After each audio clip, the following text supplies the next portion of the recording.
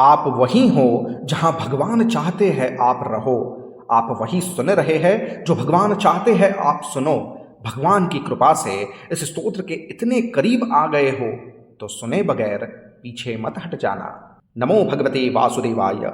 अर्धनारीश्वर रूप भगवान शिव और माता पार्वती का संयुक्त रूप है। जहां आधा भाग शक्ति है और आधा शिव, वहीं से सृष्टि की संतुलन रेखा प्रारंभ होती है।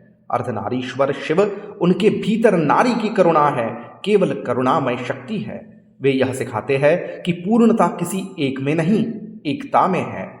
अर्धनारीश्वर का ध्यान अपने भीतर के द्वैत को मिटाने का मार्ग है। जब भीतर शिव और शक्ति मिलते हैं तभी मनुष्य ब्रह्म के समीप पहुंचता है। इस ध्यान को नित्य प्रातः अवश्य पाठ करें।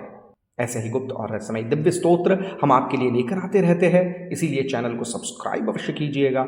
वीडियो को अंत तक अवश्य देखें और वीडियो के अंत में जय श्री अर्धनारीश्वर कमेंट करना न भूलें।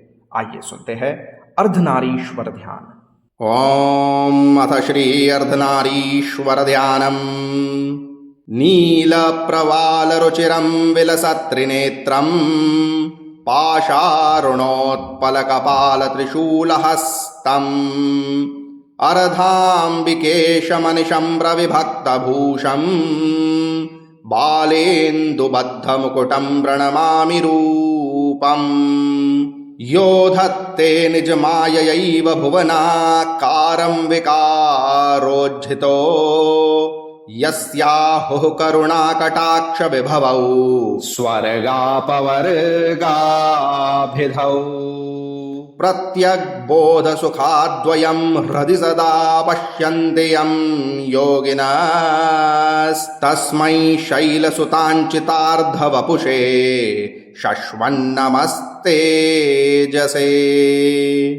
नीलप्रवालरुचिरं विलसत्रिनेत्रम् पाशारुणोत्पलकपालत्रिशूलहस्तम् अर्धाम्बिकेशमनिशं प्रविभक्तभूषम् बालेन्दुबद्धमुकुटं प्रणमामि रूपम्।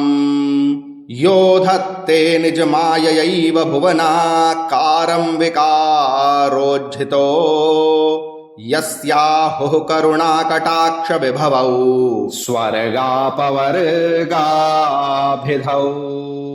प्रत्यग्बोधसुखाद्वयं हृदि सदा पश्यन्ति यं योगिनस्तस्मै शैलसुताञ्चितार्धवपुषे शश्वन्नमस्तेजसे।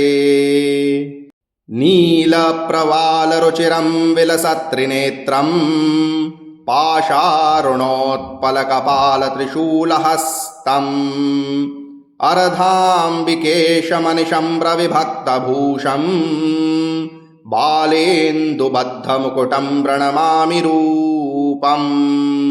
यो धत्ते निजमाययैव भुवनाकारं विकारोज्झितो यस्याहुः करुणाकटाक्षविभवौ स्वर्गापवर्गाभिधौ।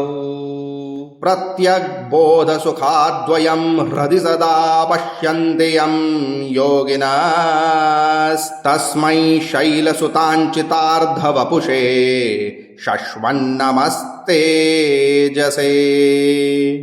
नीलप्रवालरुचिरं विलसत्रिनेत्रम् पाशारुणोत्पलकपालत्रिशूलहस्तम् अर्धाम्बिकेशमनिशं प्रविभक्तभूषम् बालेन्दुबद्धमुकुटं प्रणमामि रूपम्। यो धत्ते निजमाययैव भुवनाकारं विकारोज्झितो यस्याहुः करुणाकटाक्षविभवौ स्वर्गापवर्गाभिधौ। प्रत्यग्बोधसुखाद्वयं हृदि सदा पश्यन्ति यं योगिनस्तस्मै शैलसुताञ्चितार्धवपुषे शश्वन्नमस्तेजसे। नीलप्रवालरुचिरं विलसत्रिनेत्रम् पाशारुणोत्पलकपालत्रिशूलहस्तम् अर्धाम्बिकेशमनिशं प्रविभक्तभूषम् बालेन्दुबद्धमुकुटं प्रणमामि रूपम् यो धत्ते निजमाययैव भुवनाकारं विकारोज्झितो यस्याहुः करुणाकटाक्षविभवौ स्वर्गापवर्गाभिधौ प्रत्यग्बोधसुखाद्वयं हृदि सदा पश्यन्ति यं योगिनस्तस्मै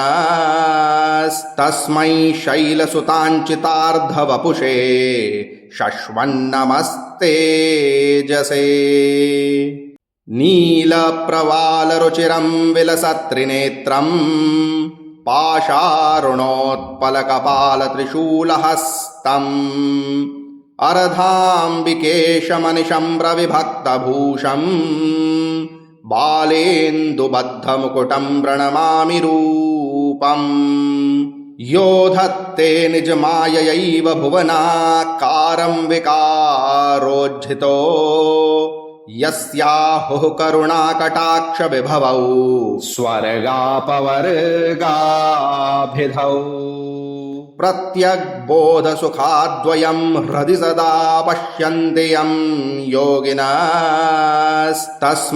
शैलसुताञ्चितार्धवपुषे शश्वन्नमस्तेजसे नीलप्रवालरुचिरं विलसत्रिनेत्रम् पाशारुणोत्पलकपालत्रिशूलहस्तम् अर्धाम्बिकेशमनिशं प्रविभक्तभूषम् बालेन्दुबद्धमुकुटं प्रणमामि रूपम् यो धत्ते निजमाययैव भुवनाकारं विकारोज्झितो यस्याहुः करुणाकटाक्षविभवौ स्वर्गापवर्गाभिधौ प्रत्यग्बोधसुखाद्वयं हृदि सदा पश्यन्ति यं योगिनस्तस्मै